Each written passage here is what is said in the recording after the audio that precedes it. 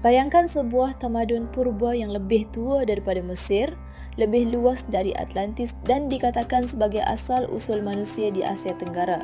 Tamadun ini dikenali sebagai Lemuria, benua yang hilang. Tapi, adakah Lemuria sekadar mitos rekaan atau wujud asas sejarah yang selama ini disembunyikan atau disalah tafsir? Dalam video kali ini kita akan bongkar asal-usul teori Lemuria, kaitannya dengan mitos Tamil dan Melayu dan kajian saintifik terkini yang mungkin memberi kejutan besar kepada kita semua. Teori Lemuria mula diperkenalkan oleh seorang zoologis British bernama Philip Sclater pada tahun 1864. Dalam artikelnya bertajuk The Mammals of Madagascar, Sclater tertanya-tanya, bagaimana mungkin lemur, haiwan primate yang unik, wujud di India dan Madagaskar, tetapi tidak di Afrika Timur atau Timur Tengah. Untuk menjelaskan fenomena ini, dia mencadangkan kewujudan satu benua purba yang menghubungkan India, Madagaskar dan Asia Tenggara yang dinamakannya Lemuria, sempena haiwan lemur itu sendiri.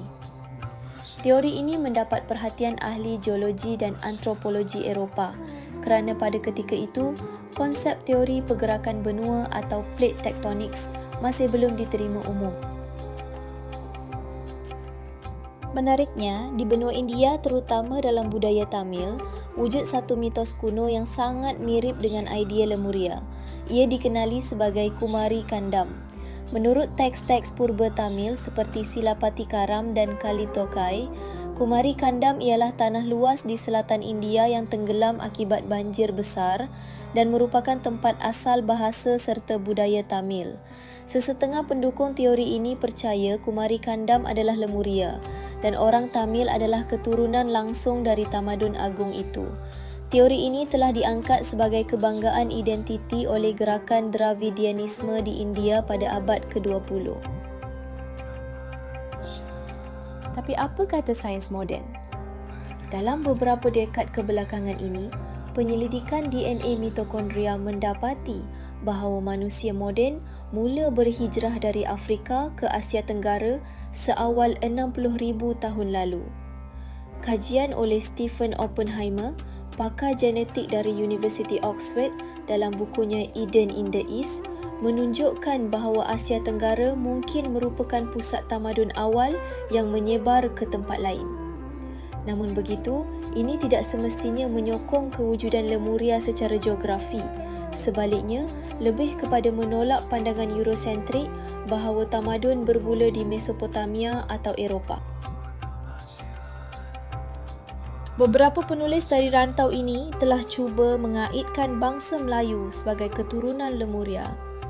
Mereka berhujah bahawa keunikan bahasa Austronesia, seni bina megalit dan legenda seperti Gunung Ledang atau Kota Gelangi mungkin petunjuk kepada tamadun yang hilang.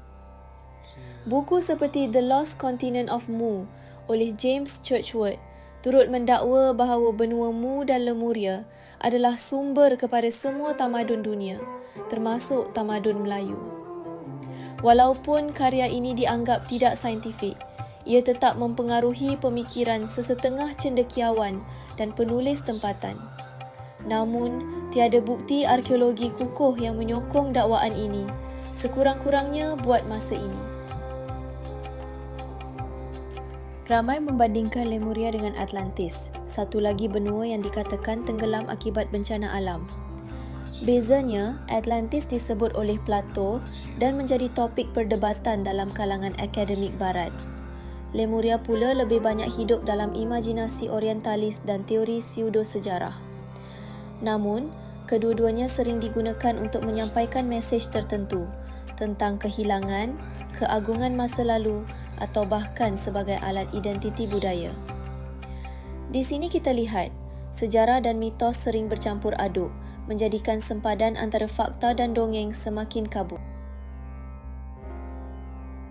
Persoalannya sekarang, adakah teori seperti Lemuria digunakan untuk menyokong agenda tertentu? Di India, ia dikaitkan dengan kebanggaan Dravidian. Di barat, ia mungkin lahir dari keperluan saintifik zaman kolonial. Di Asia Tenggara, ia pula menjadi ruang spekulasi tentang kebesaran bangsa yang terlupakan sejarahnya.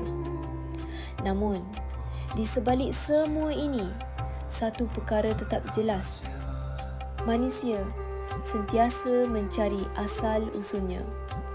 Dan kadang-kadang, jawapannya tersembunyi di dasar laut, dalam genetik kita. Atau mungkin dalam mitos yang belum difahami sepenuhnya. Jadi, Lemuria, sekadar dongeng kolonial atau petunjuk kepada sesuatu yang lebih besar. Apa pendapat anda? Adakah tamadun hebat benar-benar pernah wujud di bawah perairan Nusantara? Tinggalkan komen anda di bawah dan jangan lupa untuk subscribe agar anda tidak terlepas video seterusnya dalam siri Rahsia Silam.